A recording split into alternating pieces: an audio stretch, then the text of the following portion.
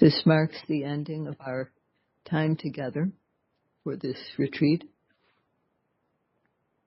And I'd like to thank the organizers for having invited me to come here to have this opportunity to share the Dhamma. Without the volunteers helping to support the retreat and without the yogis coming to give their time to the practice, it won't be possible to have this type of retreat. The Dhamma teachings that I have been sharing with you in the evenings, they all come from my teacher, from Sayadaw U Pandita, who based all that he said upon the teaching of the Buddha and the teaching of his teacher, the late Most Venerable Mahasi Sayadaw. So all these things that I have said are really not my own.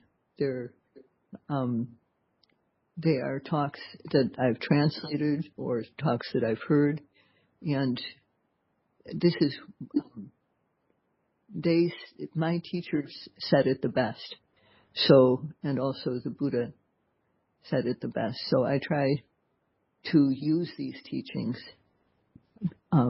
They won't be available to people otherwise when we don't speak Burmese and the talks are only given in Burmese, as many of Sayadaw U Pandita's talks, and then the last talk that I gave, which was from another Sayadaw in our tradition, Molamyain Sayadaw. Actually, he was giving a talk that Mahasi Sayadaw gave. So these talks aren't available unless they're in English or in French. So that's why I particularly like to share the teachings that I know are probably not being heard by the yogis here. If I've said anything in error during this time, it's not the fault of the Buddha. It's not the fault of my teachers. It's strictly my own error. So please forgive me if I have made any errors. The Dhamma is a precious gift. It is without compare. And when we receive a gift like this, what should we do with it? Should we just put it on a shelf inside a glass cabinet and look at it occasionally? Should we leave it in the center so that we don't have so much to carry when we leave here? The Dhamma that we've practiced, the Dhamma that we've learned, would you like to leave it behind or take it with you?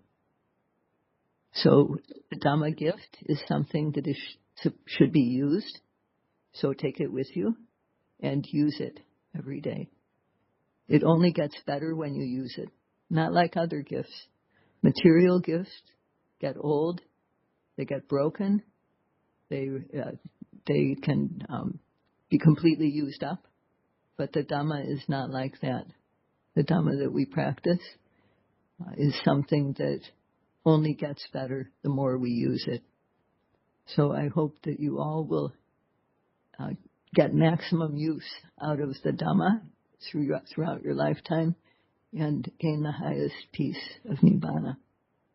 So I just will add one more thing. The practice of Metta Bhavana in the way that we do it today, one time in the morning or in the evening, is very useful for making our lives more workable.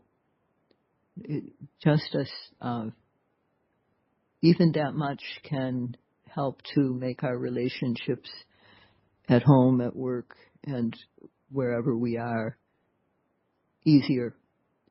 And then the Vipassana practice also. So these two things are important to do every day to the extent that you can. So that's all for today. Sadhu, sadhu, sadhu.